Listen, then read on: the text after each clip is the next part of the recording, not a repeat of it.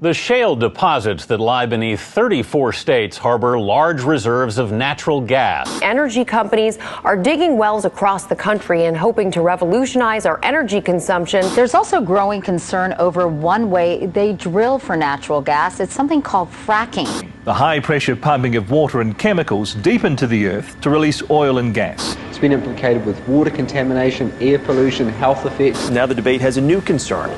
The process may trigger earthquakes. You put a match to your water and it went up in flames.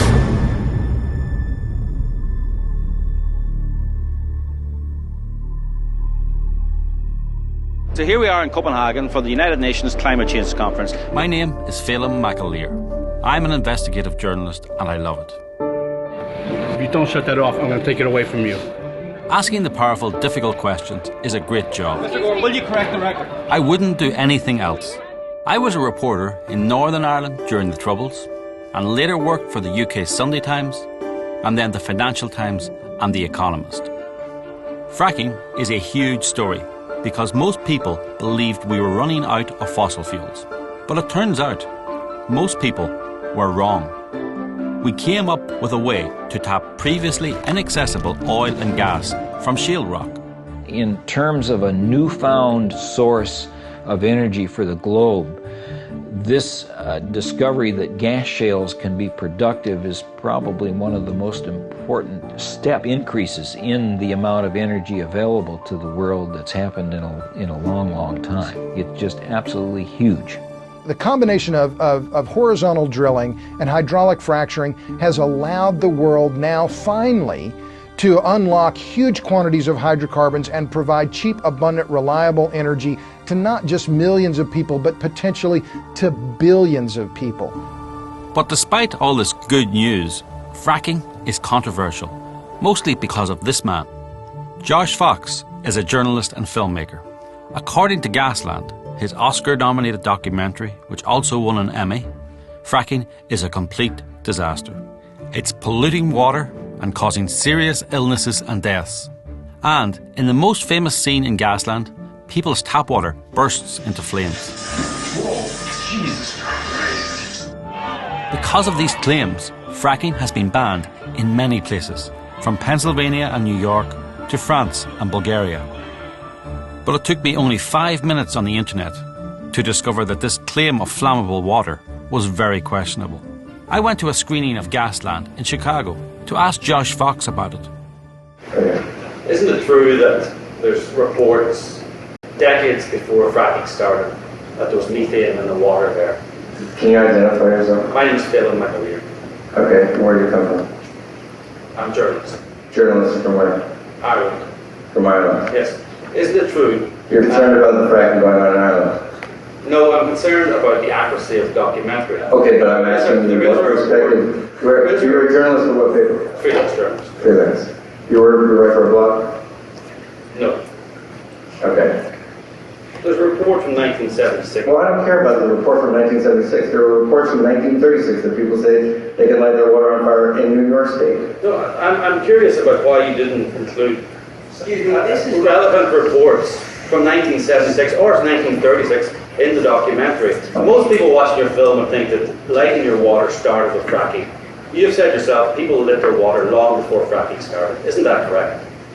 Well, yes, but it's not relevant. Not relevant? Josh Fox, the director of Gasland, knew that one of the most dramatic scenes in his documentary probably had nothing to do with fracking, but decided not to tell his audience. So I put the exchange on YouTube, but before you could say flaming faucets, Josh Fox got his lawyers to force YouTube to take it down. I put it on another website, but using a bogus copyright claim, he shut me down again. This was censorship. What was Josh Fox afraid of? What was he trying to hide? I needed to investigate. I decided to ask the public to help me make a film that would tell the true story about fracking. I went on the crowdfunding website, Kickstarter. Folks with big ideas but not a lot of money connect with people willing to fund them for everything from documentary films to new technology. Here's how it works. Creators post a video pitching an idea and ask for donations.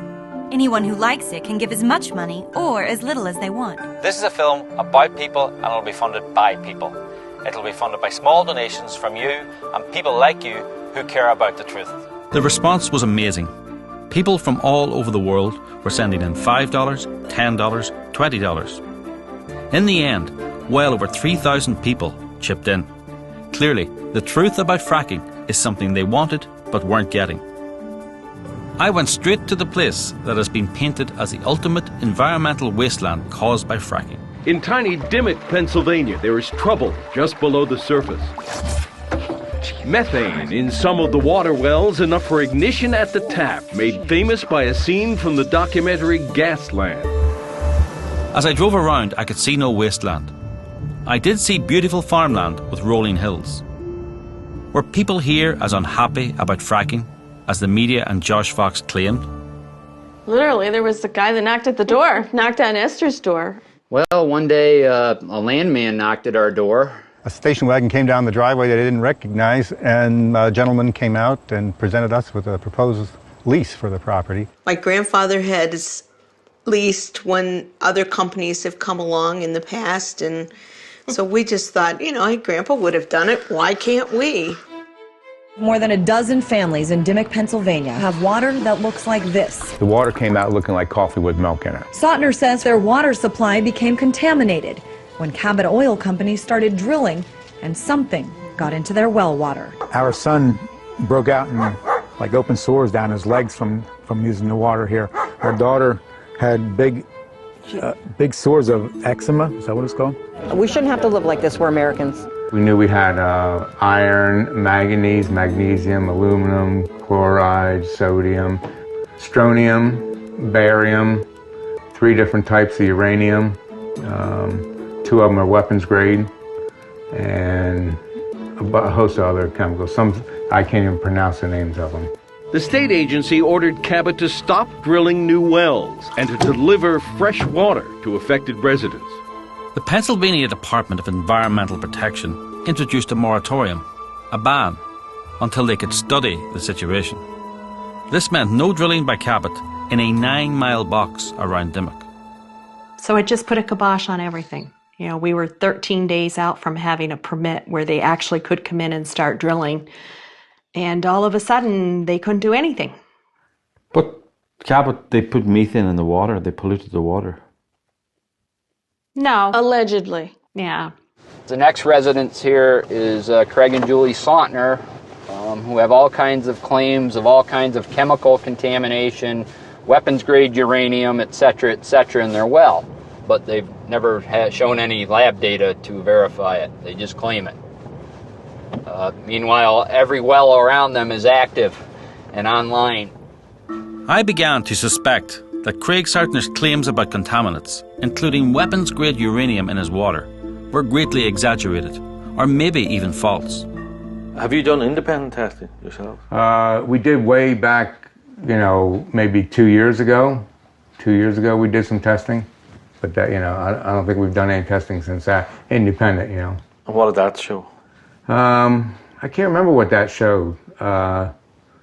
They said the test results weren't that bad, but I don't know if the guy was testing the water, you know, testing for the right things. So there's some kind of, they got to test them, tested a certain way. I forget how they said it, but it was, I don't know how they do it. I mean, can I get a sample of your water? Take to Ireland? Yeah, I'll give you a jug. I got jugs out in there. But the water now? Or? I don't know what it looks like today. I mean, she said it wasn't looking as bad today. I mean, I got some, you know, it changes from day to day. One day it'll be clearer, and the next day it won't. And Craig Sautner, who claims his water is muddy brown because of fracking, was only able to produce clear water when asked in front of a camera. It does change from, you know, from one day to the next. So how can you trust a well? You know, all of a sudden you get to say, oh, that looks okay, but it does have a little bit of stuff in there, and say, well, then that's fine to use. And then the next day it comes out looking like this. It's not due to the drilling. There's always been methane in the water here. We grew up on the farm, on the house down here, and, you know, my grandfather drilled a well in 1945. The day he drilled the well, there was methane in it. I'll show you where the well is that was drilled in 45. What's that? That is the well. And do you still use it? The only thing we use it for is washing cars or water in the garden, because it is so red with iron. It has methane too, but the methane don't hurt you. It's the iron turns everything red. So, what's this then? This is the second well that we drilled in the 70s. And what's in that well? Methane, iron, sulfur. We still use it. No problems. But the moratorium was not going to be the only problem for the people of Dimmock.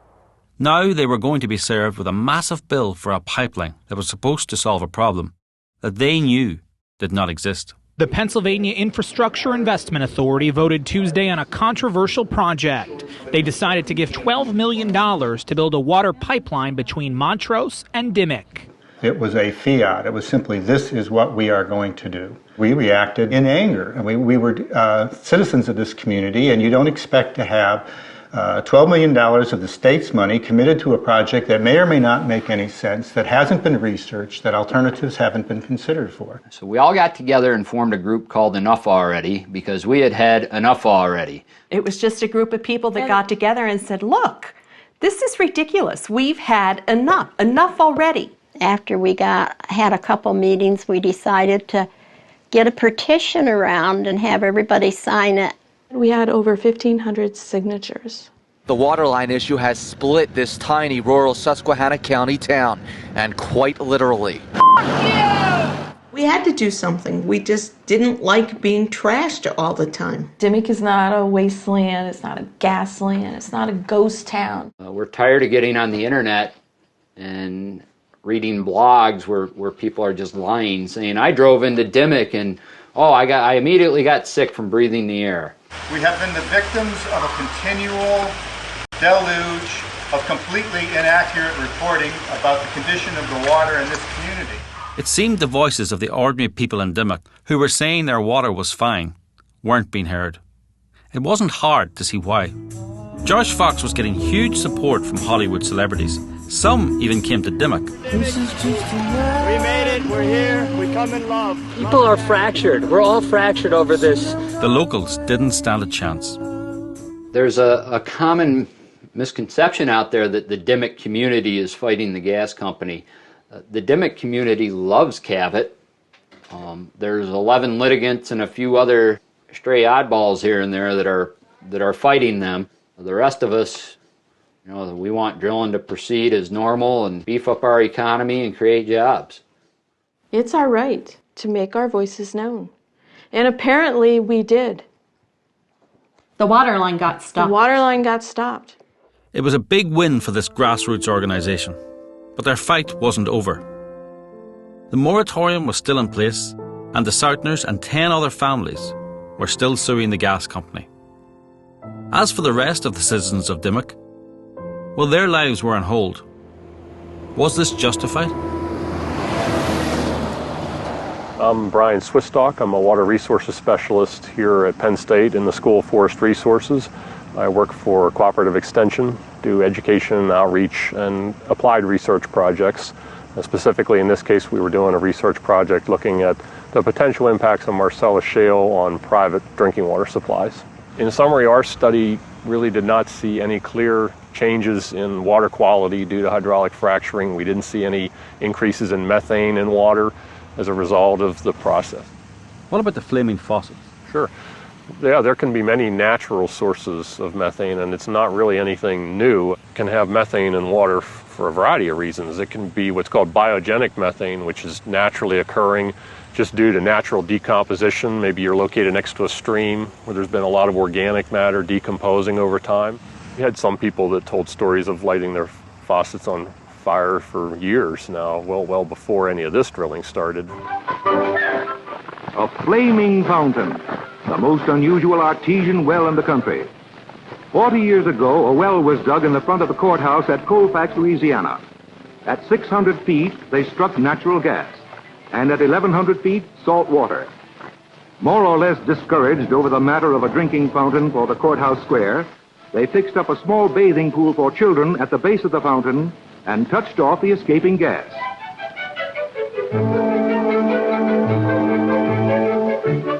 The result, especially at night, is a fiery fountain of strange beauty that has burned on and on almost half a century. There are even towns across America called burning springs. That's how much gas is out there. And George Washington and Thomas Paine lit the water on the Millstone River in New Jersey on December 15th, 1798, 150 years before fracking even started. So what is fracking? Fracking is a very efficient way of getting oil and natural gas out of the ground. Activists make it seem like fracking is something very new that we know little about. It's not. It's been around since 1947 when the first frack well was drilled in Kansas. And this is what it looks like. A pipe is drilled into the earth more than a mile down, about the length of 200 school buses, parked end to end. And that is very far away from the water table. To keep the water going down and the gas going up inside the pipe and everything else outside the pipe, there is layer after layer of steel and cement. What's new is that before, every time geologists discovered oil and gas, they had to drill right there to get it. So there were lots of holes in the ground. But then someone who is much better at math and science than me thought up how to angle the drilling bit so it goes not only down, but sideways. Now the engineers did not have to drill directly above their target, so they could, often together with farmers, choose where to put the gas wells. And from one pad they could drill in many different directions. So suddenly there were far fewer drilling sites around. Then deep underground, water and sand with chemical additives are pushed out to open tiny cracks in the rock to set the gas free. And then the engineers bring back the hills, grass and animals around the well. It's called reclamation. And from then on, the gas can flow up the pipes and into people's homes for another 20, 30 or even 40 years. This is not new technology. Fracturing has been going on here continuously since its inception 60 years ago. The equipment's the same, the pumps are the same, the treating iron's the same, the standards are the same. What's different is we're fracking a shale. It's the formation, it's not the process that's different. These guys have many years of experience doing this. Anyone on this location has the ability to shut down this job. If they see something that they see is unsafe, they can shut down this job. So if I was to leave here and jump up on top of one of those tanks? We would shut this job down in a heartbeat. Yeah. I've been working in Pennsylvania since 2008, so I've been here 3 years. We've been married 19 years and we've moved 22 times. And now we just recently moved back to Pennsylvania. But Tony grew up in Chambersburg, Pennsylvania, and we both attended Penn State, and 2 of our children were born here. So we call this home. We love it here. This is a beautiful place to live. So why would we come in here and want to purposely destroy that? What is the benefit to us? What kind of business sense does it make to come in and try to pollute the drinking water of an area? It's ludicrous. It's a ludicrous claim. What do you think the popular perception of fracking is? First of all, the perception that they're getting about fracturing is the entire drilling, completions, and production process is fracking, which is totally not the case. Fracking is one part of a much bigger process, and it's 3 days in the life of a well that's going to last 40 years. But what about the claim that fracking is completely unregulated? Environmentalists say that the 2005 energy bill removed all regulation from fracking and left the public unprotected. They even had a catchy name for it, the Halliburton loophole. But that wasn't true. Oil and gas drilling always has, for over 100 years, been heavily regulated by individual states. The permits just to construct the well include conducting a PNDI search, an ESCGP1. You have to test water purveyors within 1,000 feet of the location, township approvals, pre-construction and pre-drill.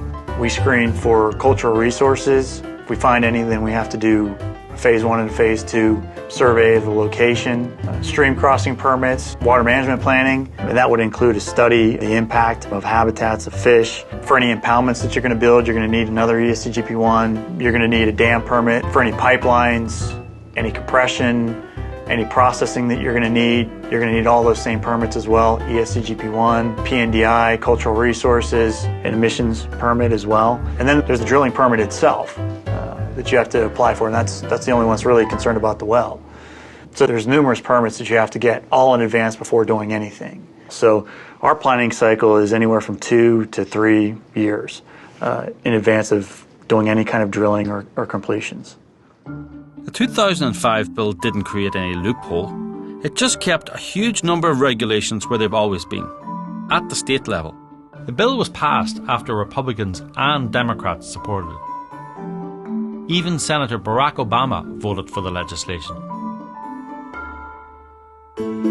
Just over the hill from Dimmock is the town of Montrose. There's no moratorium there. Ron White leased his land for drilling a few years ago and lives right beside an active gas well. So, where are we now? What are we sitting in? We're sitting on the gas pad. That's your farm there? That's my farm up there, yep. And so it's just a few hundred yards from your farm then? 400 yards, 1,200 feet. How do you feel about that? Feel good about that. I can stand the barn every day and see what's making money out here. The dairy industry isn't too good right now. Since the gas came along, this is the best cow on the farm. I make the most money on this cow. I don't have to buy any grain for her. It's made things a lot better. When a tractor breaks or something now, I don't have to wonder what I'm going to do to be able to pay for a new motor or something in that. And we've been able to buy some newer equipment to make things a lot easier. If it wasn't for the natural gas, probably we wouldn't still be farming. Milking cows twice a day, doing what we love, it'd be a whole different ballgame, and chances are I probably wouldn't be on the farm still. Everything they've told us was going to happen has happened. It might not have happened just exactly or on the same timeline, but it's happened. Nothing's happened bad. I can't say a bad thing about it. Come on now, what about your water? Nothing with the water. They've tested our water before they've done anything. They've tested our water twice after they've done what they've done, and the levels of anything in the water are no different than they were before. My cows are drinking the water out of our pond up there and out of the spring out here, and we're drinking water out of our wells, and it's no different than it ever was.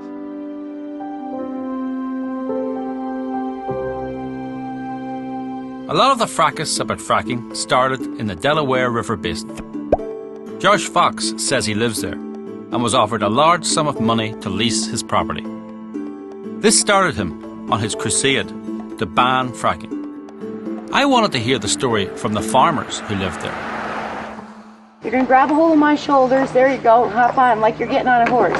I've never been on a horse. Have you been on a four-wheeler? No, never. This is your first time on a four-wheeler too? This farm was part of the Swikover family for generations. My children are actually the 7th generation. This is where we live, and the only way that we make a living is by farming. Out of the nursery! Out of the nursery! Scare them!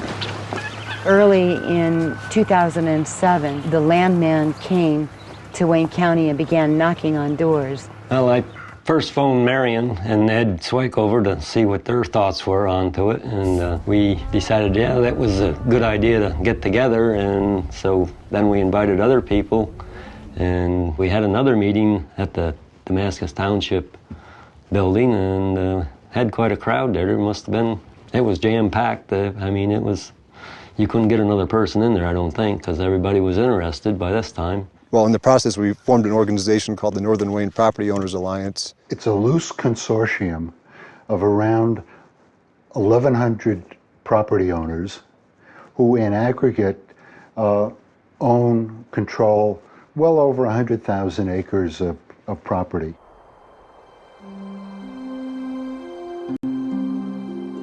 One of our biggest things right from the start was we wanted it to be safe.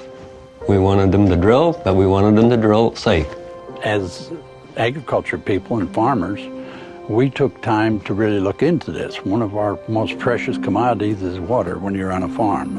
Everything from making a gallon of milk to growing a tomato takes water. If the gas companies came in and destroyed our water and destroyed our land, you know, all the money in the world wouldn't be worth it.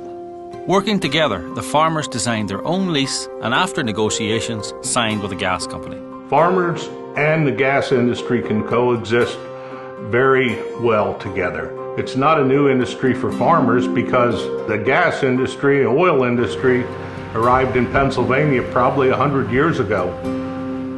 The lease that was ultimately signed was the best lease around. It was used as a model around the country. We also had the gas company say, look, this is something we're very happy with. We would like to give this as a model to some other groups that we're negotiating with.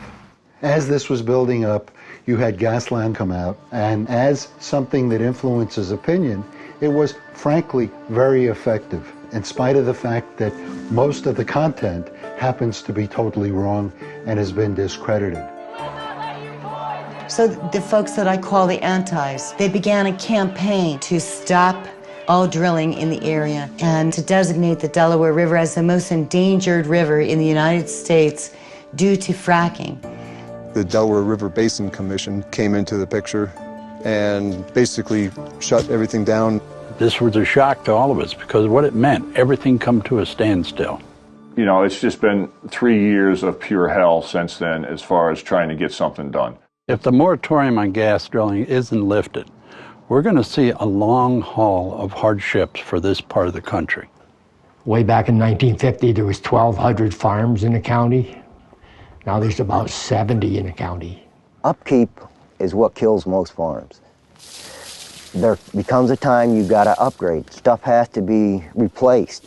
And if the money's not there, you just can't do it. If the moratorium stays in place, I probably won't last another 5 years here. I'll be lucky if I last another 2. The farms are slowly going out of business. They're getting replaced by houses. You know, houses are more wells, more sewer systems, more traffic. It's not good for the environment. Our open space, our farm fields, our forests, they're actually the lungs of the river. So when it rains and the rain falls on our open space, it's filtered.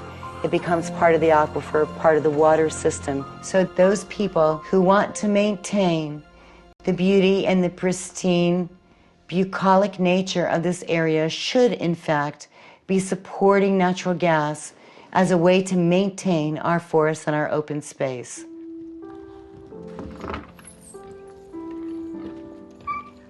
This land is part of me. I fight for years just trying to hold on to it. I grew up here. Why would I want to sell it?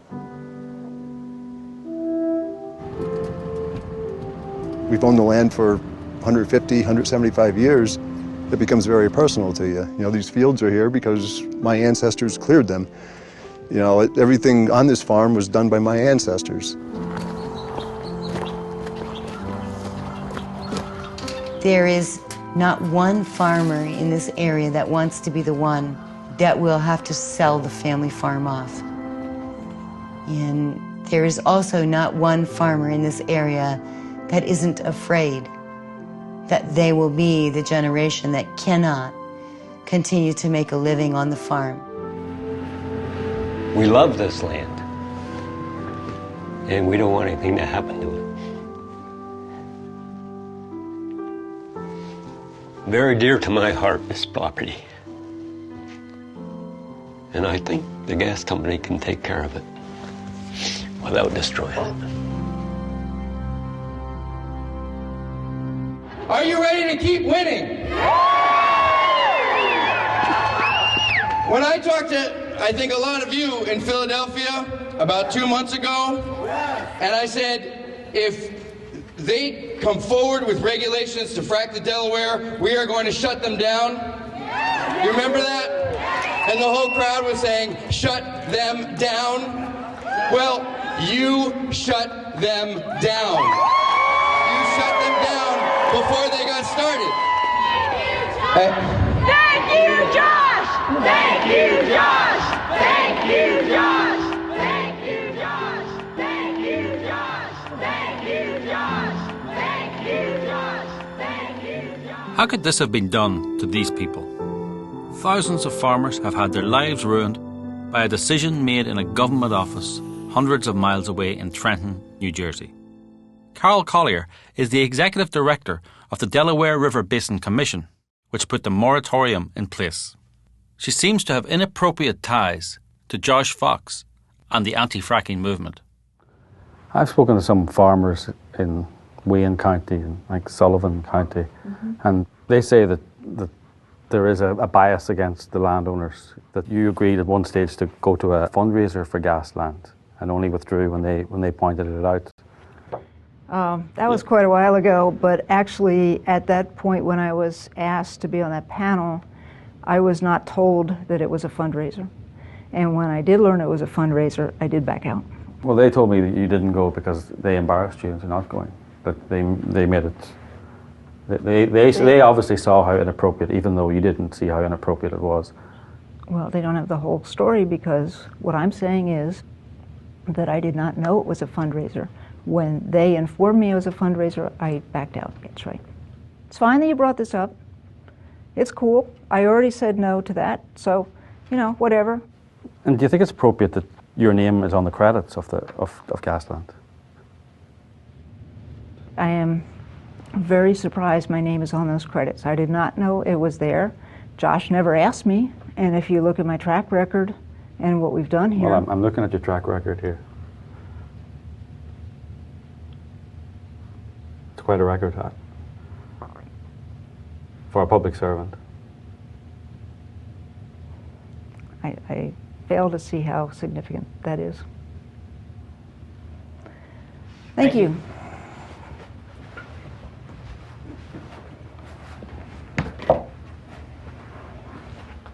Thank you. Next time I'll check more on background and credentials. Do you want to see my credentials? Well... Do you have a card? Yes. Are you concerned about my background? I'm concerned about the purpose of the film. It's to find the truth about fracking. Carol Collier, whose actions are causing hardship to thousands of families in the Delaware River Basin, clearly didn't like being asked questions. As I was leaving, she attempted to have her lawyer confiscate our film. That's right. Who are you? I'm the attorney for the commission. You're the lawyer for the commission? Yeah. I don't know what you are here for. I'm really concerned. Could I have your film? No. I would like the film, please. You guys. This was really bad news for the farmers in the Delaware River Basin. Josh Fox and powerful government officials robbed them of their livelihoods. And all of this happened because of the story Josh Fox tells in the opening of his film, Gasland. One day I got a letter in the mail. It was from a natural gas company. The letter told me that my land was on top of a formation called the Marcellus Shale. I could lease my land to this company, and I would receive a signing bonus of $4,750 an acre. Having 19.5 acres, that was nearly $100,000, right there in my hand. But the story wasn't true. Ironically, when you look at Gasland and you zoom in, they have a scene where they're zooming in on the alleged original lease, and it is our lease. It is an NWPOA lease draft that we had written, and it's blackened out, but it's ours, not one that a company offered him. Marion showed me how she first noticed that.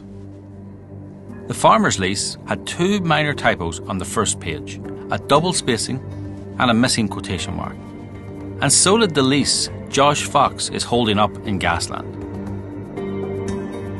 So thousands of journalists who watched Gasland and went on to write all those stories about fracking never listened to the farmers pointing out that the documentary was misleading from the very start. The media coverage of the gas has been so unfair, so full of half-truths. Seems to be everything's been one-sided. They don't tell you both sides of the story. You get one side, it's sort of biased on one side than the other. It doesn't reflect the views necessarily of all the people. They really have not represented the local people and the people who are in favor of it. The media is constantly saying that, well, they're destroying the water. They would have you believe that Marcellus Shale development was the scourge of the land. They put a perception in a lot of people's heads that every well drilled is going to pollute all the time, and that's ludicrous. It's almost like, you know, the media and the litigants all want chemicals to appear in their water. It's a lot of sensationalism, which just with very little fact behind it. There is so much stuff out there in the media that to actually go through and try to combat the misinformation and fear-mongering could actually be a full-time job. I thought I should talk to John Entine, a US media expert. I was a network television producer for 20 years with NBC News, ABC News. I was Tom Brokaw's producer at NBC and head of documentaries there. At ABC, I was investigative producer for 2020 in Primetime Live.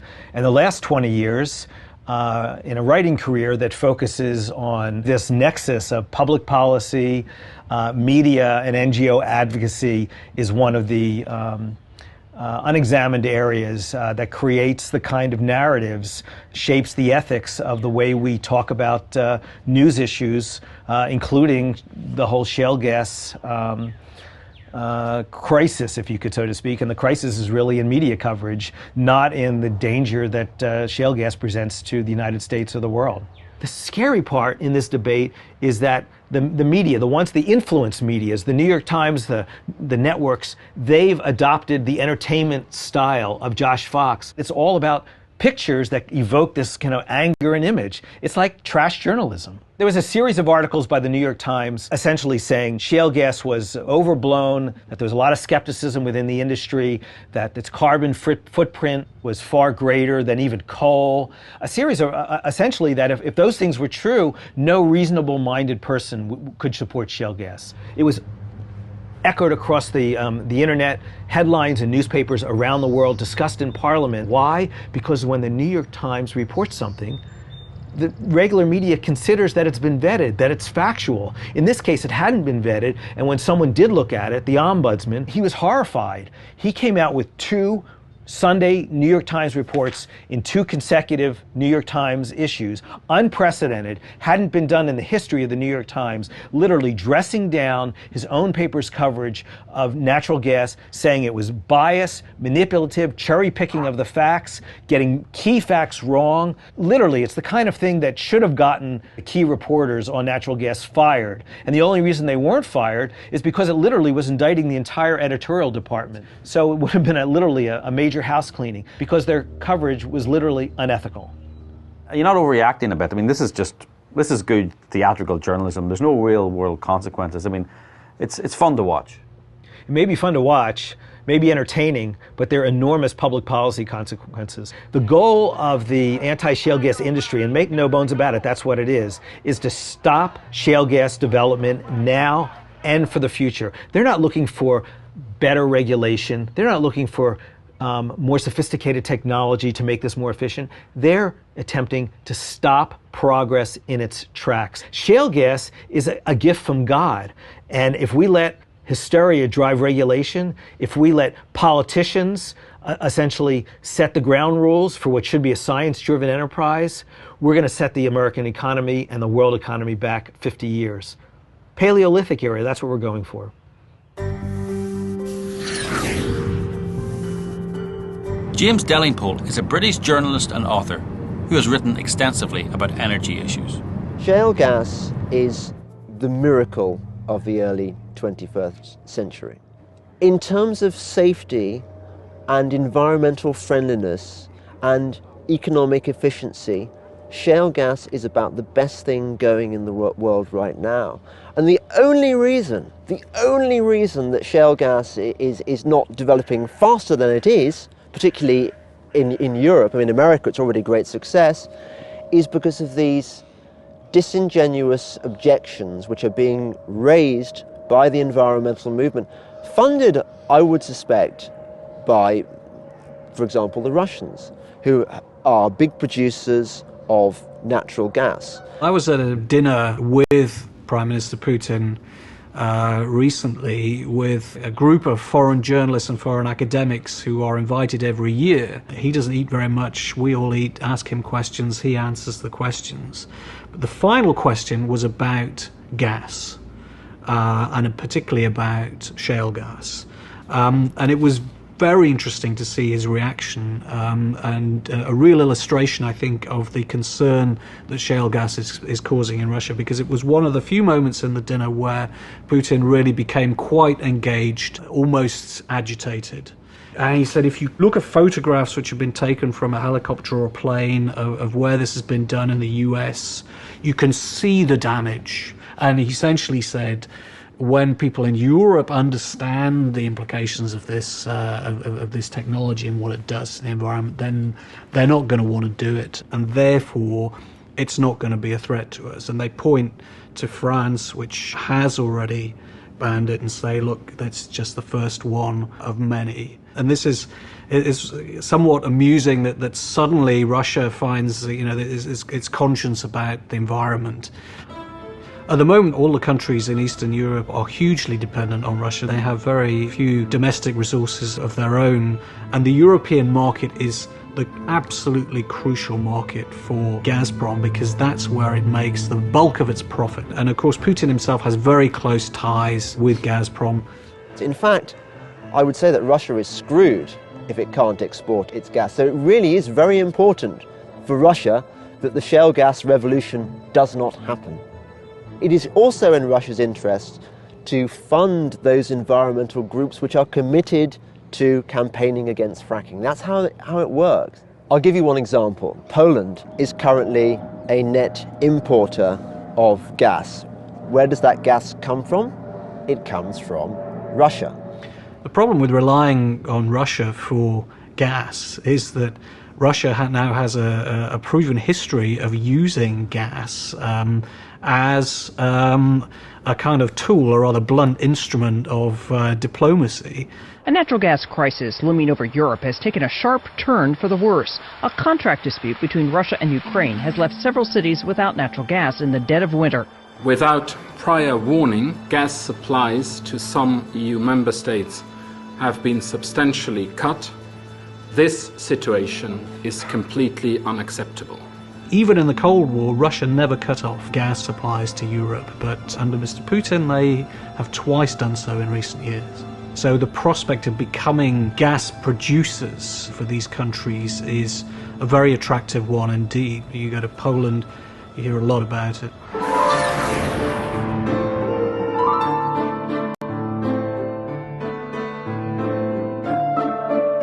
In Warsaw, the huge Soviet blockhouses are a very concrete reminder of the grip Russia has had on Poland for centuries.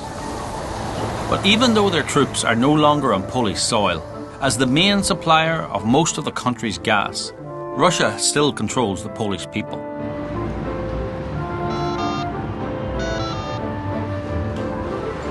I met up with Sabina, a pensioner who fought in World War II and survived the Cold War. Today she spends half her pension on energy. And that money goes to Gazprom. It's like the Soviets never left.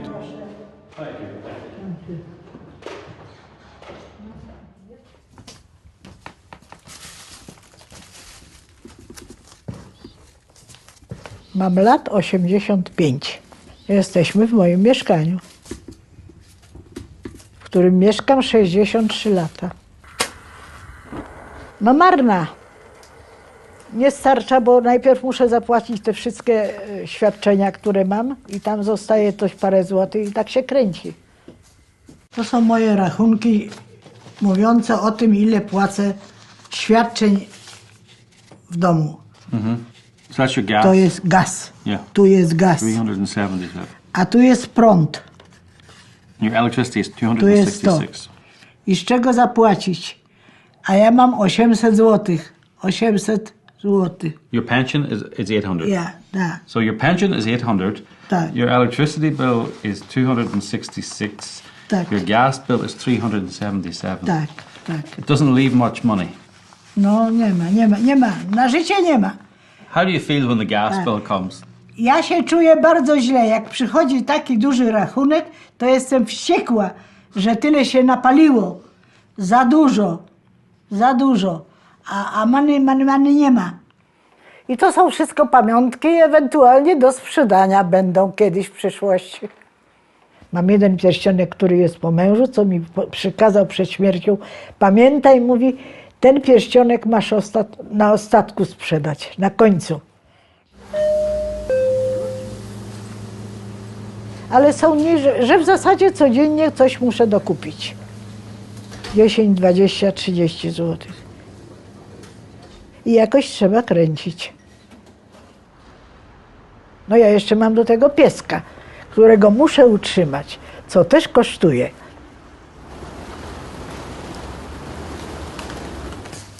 No gdybyśmy mieli własne źródło energii, to oczywiście byłoby lżej, taniej. But anti-fracking activists like Josh Fox say economic prosperity counts for nothing if you don't have your health.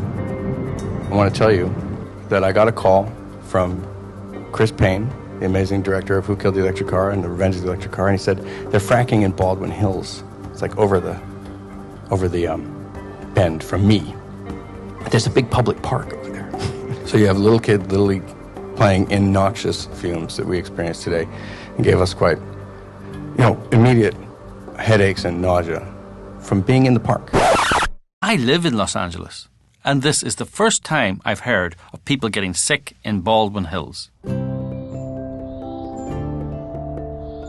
After coming up to the top of Baldwin Hills overlook and going back down and finishing my workout, I feel great. It's wonderful, fresh. You can really rejuvenate yourself. It's just fresh air. You can breathe good, you know what I mean? It's fresh. It feels clean, like you're close to heaven. The air quality is great. I mean, every time I come here, I almost feel like I can fly just like Superman. And Josh Fox makes the same kind of dramatic claims about Dish, Texas. They have 10 billion cubic feet going through Dish, Texas every day with 10 pipelines that crisscross the state. And they have benzene in the air at 55 times the public health standard. And they have toxic emissions that float into people's homes, give them nosebleeds in the middle of the night, give them brain damage, and Calvin Tillman's 2 sons are waking up in the middle of the night with nosebleeds. Calvin Tillman has been the mayor of Dish for 3 years. He says the people in the town began to notice a strong odor and were also experiencing some side effects that he attributes to the air quality. Things like nausea, headaches, runny nose, allergies, and more.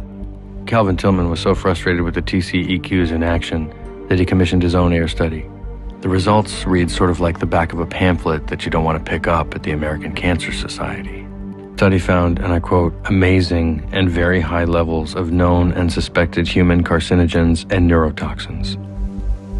But were these claims true? The Texas Commission on Environmental Quality is the second largest environmental agency in the world, behind the EPA. We've been to Dish, I believe, over 120 times on individual sampling trips or monitoring trips and collected over 50 VOC canisters, which we ran through a gas chromatograph. And I'm happy to say that of all of those samples that we've conducted and collected and analyzed, none of those exceeded the short-term concentration levels that would cause concern. After the air quality was given the all clear, the health department sampled blood, urine and drinking water in the area and found no problems caused by fracking. And so it's comforting to see that we have a great deal of data from Dish and from the Barnett Shale region that shows that indeed our regulations are protective, especially when you consider that it's such a concentrated production field in that area. But some people still claim that fracking contaminated their water and made them sick. Like Stephen Lipsky from Parker County, Texas. He sued Range Resources for $6.5 million. Lipsky teamed up with Alyssa Rich of Wolf Eagle Environmental Engineers to produce a video of flaming water and a set of test results supporting his case against the gas company. But the video was faked. They intentionally pumped gas into the water line in order to set it on fire. The judge ruled that Stephen Lipsky and Alyssa Rich had conspired to produce false evidence.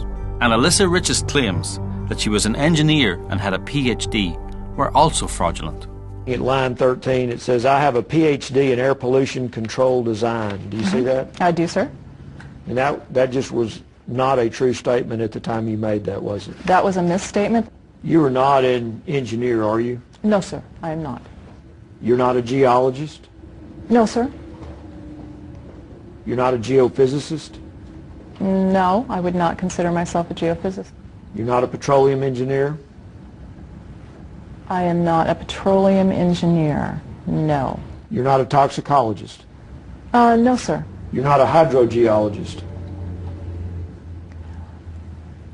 No, I am not a hydrogeologist technically. We deal a lot in hydrology, just like we deal a lot in geology, but I would not call myself a hydrogeologist. This wasn't the first time I'd come across Alyssa Rich. She was also hired by Calvin Tillman to provide the damning but completely inaccurate reports on the air and water quality in Dish, Texas. Despite faking her qualifications and a judge finding that she was part of a fraudulent conspiracy, Josh Fox still relies heavily on Alyssa Rich in his campaign against fracking. But what about the chemicals that are used in fracking? I needed to speak to an expert, so I went to the University of California, Berkeley. Dr. Bruce Ames is a professor of biochemistry and molecular biology. Because of his research on the causes of cancer, Dr. Ames has won many awards, including the National Medal of Science, the Japan Prize, and the Tyler Prize for Environmental Achievement.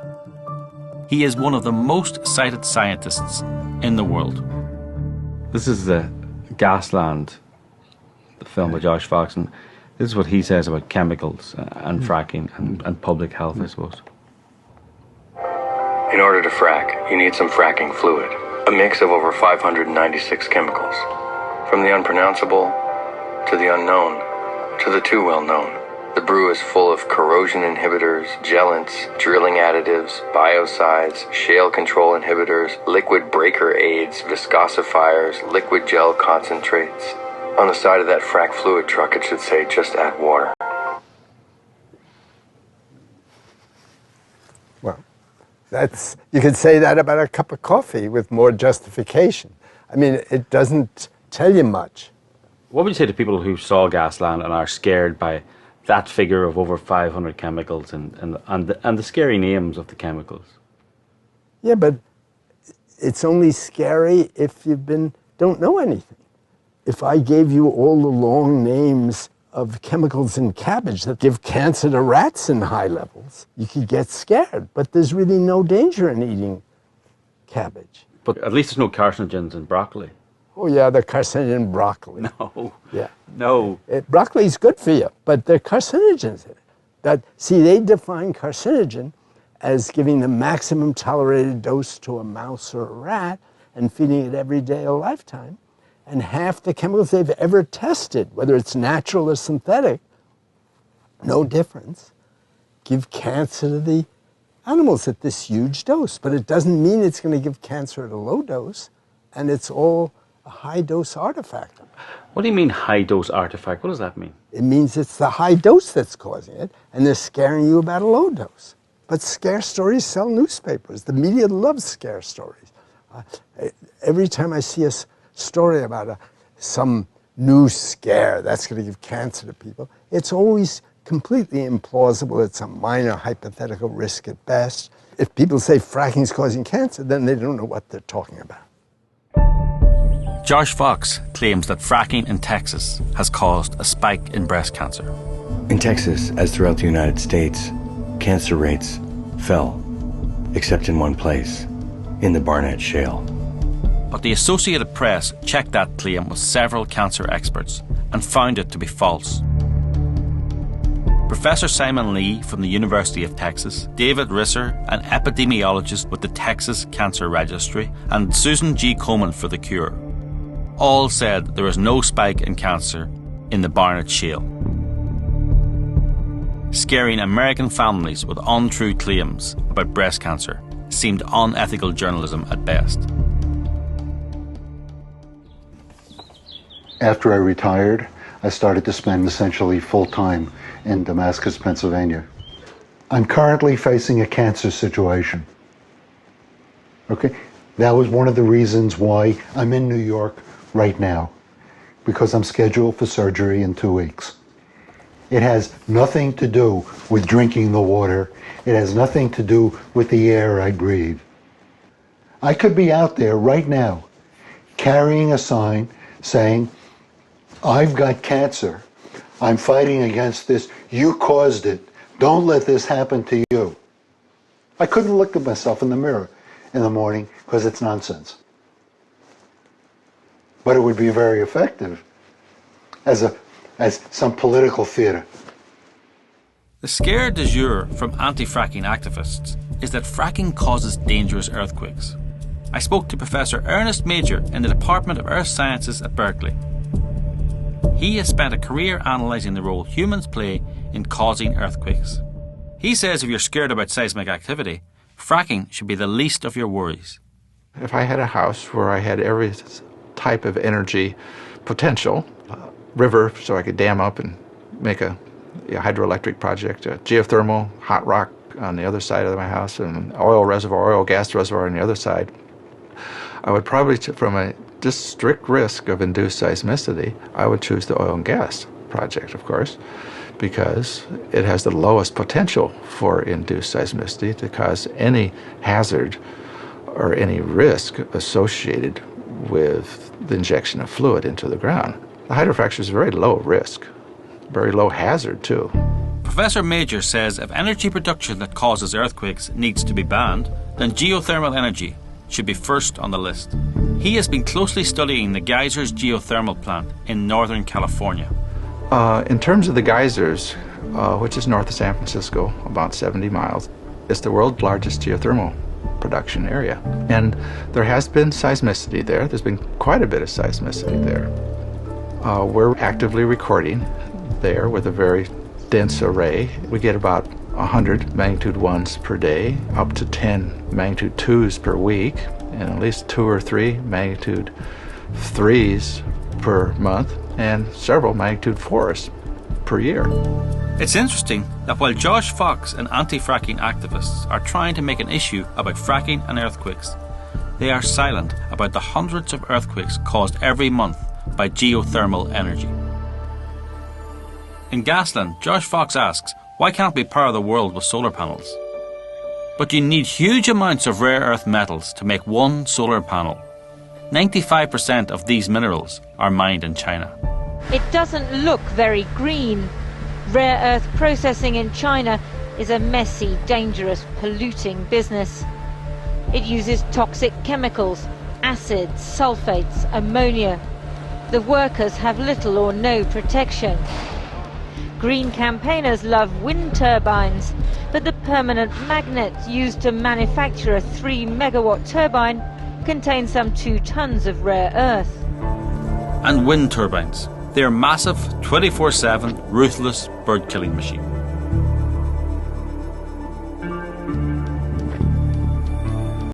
They don't care if the birds are endangered or not. The problem with these people that continually promote renewable energy is I think none of them own a calculator. Let me run you through the numbers. If you just look at the growth in electricity demand from 1985 through 2011, on average, electricity demand globally increased by 450 terawatt hours. That's 450 trillion watt hours. If you just wanted to supply the incremental demand of that 450 terawatt hours per year, you would have to cover a land area of about 100 square miles every day with nothing but wind turbines. I was back on the road when I heard some breaking news about Dimock, Pennsylvania. The Pennsylvania Department of Environmental Protection had tested the water in Dimock, including the well of Craig and Julie Southner. Pennsylvania's Environmental Agency tells CBS News there is no evidence in Pennsylvania of fracking ever having contaminated drinking water. However, that wasn't good enough for Craig and Julie Southner. They insisted the Federal Environmental Protection Agency investigate.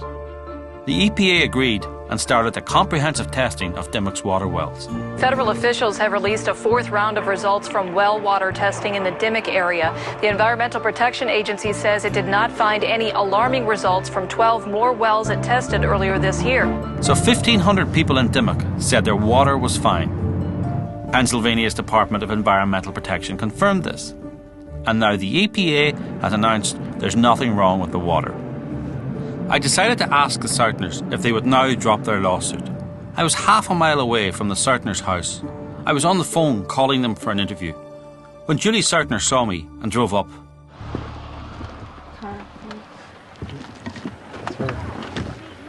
Well, how's it going? Good, but I'd like to tell you that if you put Craig in the movie, you will be sued.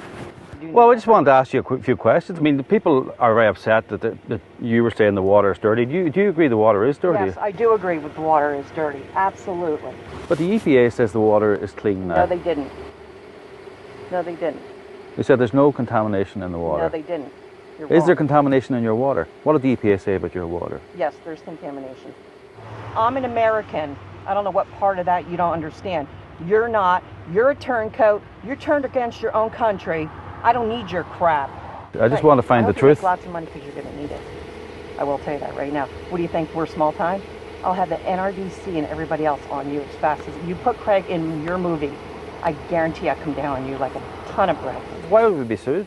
Because you're anti-American and you're lying What are we lying about? about what's going on here. You put me in there, so help me God, it'll be the last thing you do. But why do you not want to be filmed? You've given hundreds of interviews to people. No. I Yeah, mean, the truth. User telling the truth. So you keep your anti-truth over there, and I'll keep mine. but I want to know what the EPA have said about your well. Would you give me the results of your well? No, I will not give you. Why the not? results of my So will. it's just, I'm just asking you the truth. I mean, come on, you're involved in a very public lawsuit. You've given interviews. right. You've said your well is Private. contaminated. That's right. And it You've is. said your well is contaminated. The EPA said, I'll drink your water now. Would you bring me down? You've got this brown water. Can we go and get some of your brown water?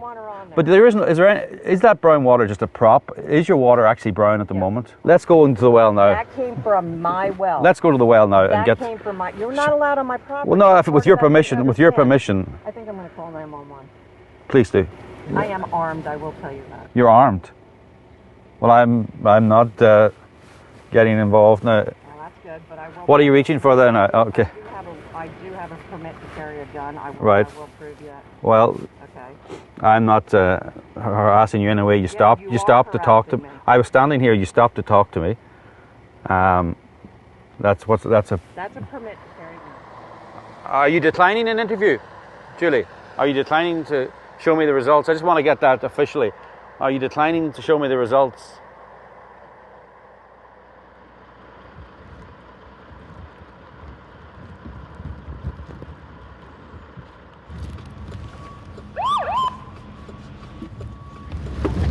Keep your hands where I can see them. What's going on? We're making a You're being documentary. videotaped too. We're making a documentary. Okay. You have any ID on you? Yeah, sure. Were you on her property at No, all? no, I was on the Okay. public road there on a phone, and she pulled up, and then I actually was standing on the road, and she pulled up, and we had this conversation while she was in her car. All right. Did you say you were going to take water from her house without her permission or something? Or? No, I asked her to provide me Okay. with water. No. Oh, you just asked her if she would voluntarily Yes, provide yes. you with water? Oh, yeah. Okay, Totally. all right.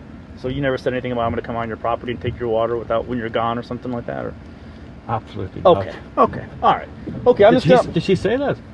Is that yes, what she said? That's what, yes. So Well- that's why I'm here.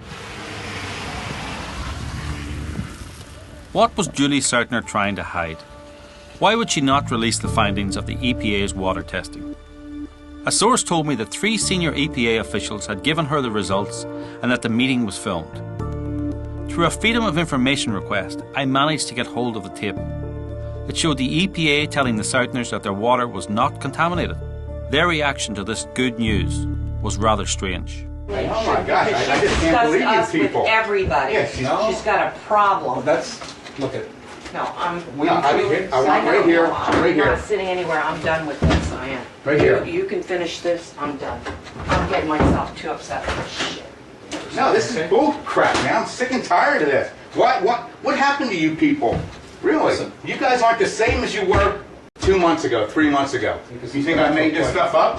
This. You're out of here? Yeah, I'm not gonna, this is getting, you want to sit down and talk rationally to me? How can I talk rationally with you when you guys won't even listen to anything we say? I'm listening to you. You're saying my water's fine, and we can drink it. We're telling you we tested your water. At this point in time, we found no contaminants in it. Campaigns by people like the Southerners bring bans and moratoriums on fracking around the world. These bans have consequences because energy really matters. We all love energy, even if we don't realise we do. Just think about all the things you love. Your friends, lazy afternoons together, experimenting with the latest recipe, new ideas, solving the world's problems, capturing moments, making your voices heard. We might not realise it, but we really hate not having energy. We die not having it. We can see the places in the world with lots of cheap energy. They're the places with the lights on. In these countries, people live long and live well. These lights mean millions of people get to follow their dreams. Somewhere behind one of these lights, a child is studying hard and will grow up to invent the next medical miracle. Somewhere else, there's a Steve Jobs creating the things we can't even imagine right now. And somewhere else, there's a kid who will one day write and make a movie like Avatar that nearly the whole world will watch and enjoy. But it's not like this everywhere. In the dark places, energy is scarce, and life is cruel, and life is short. People who live there can only dream of what life could be like, but their dreams will never come true. Energy has allowed my friend Bart to save his childhood friend's life. Bart donated his kidney to Link in an operation that used outrageous amounts of electricity. That electricity, that energy, and Bart's astonishing generosity saved Link from certain death and gave Claire and Lucy back their father and Laurie back her husband. Energy matters. It really matters. It makes everything better. It's not at all ordinary. We take it for granted because we have never known life without it. We really shouldn't.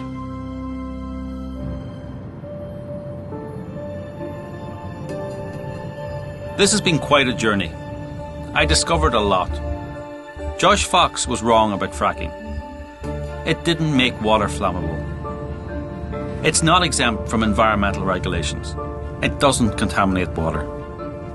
Fracking is not causing dangerous earthquakes, and it's not causing widespread illness and death. All those wrongs affected the lives of a lot of ordinary people. I thought it was time to put some questions to Josh Fox.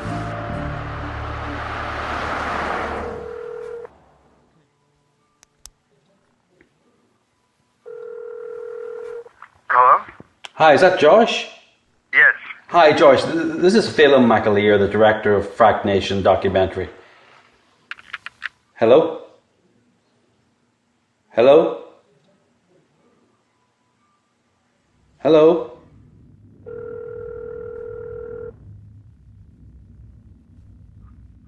Hey, this is Josh Fox. Please leave me a message. Thanks very much. Bye. Hi, Josh. This is Phelim McAleer, the director of Fracknation. I have just tried to call you there, and I'm not sure what happened. I think maybe you hung up on me, but I really want to do an interview with you for Fracknation. I've uncovered some things that... I left a number of messages. I got no response. He seemed to want to avoid my questions. But then I heard Josh Fox was appearing at the Hammer Museum in Los Angeles. This was going to be my chance to get some answers. Josh, Phelim McAleer, you hung up with me the other day. There's a lot of questions I've come across. I'm just looking for an interview. Oh, you not want to answer questions?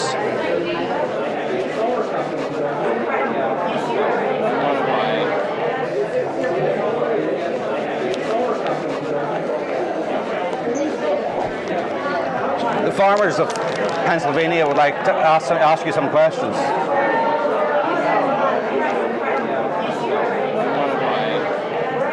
As a journalist, would you not be interested in answering a few questions?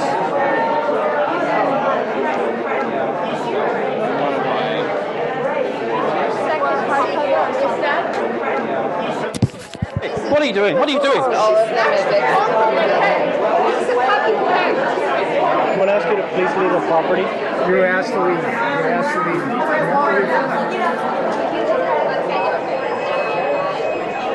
Josh, what about the water in Dimmock? Is the water clean in Dimmock?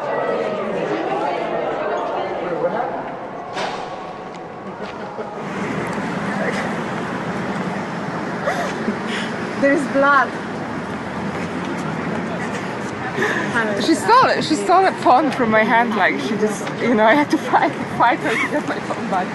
What? She did that to you? Yeah, well, she like snatched the phone from my head. I had to fight her to get my phone back. She took it from you? Yeah, because I was filming at a public event in Hammer Museum, and that's the wound.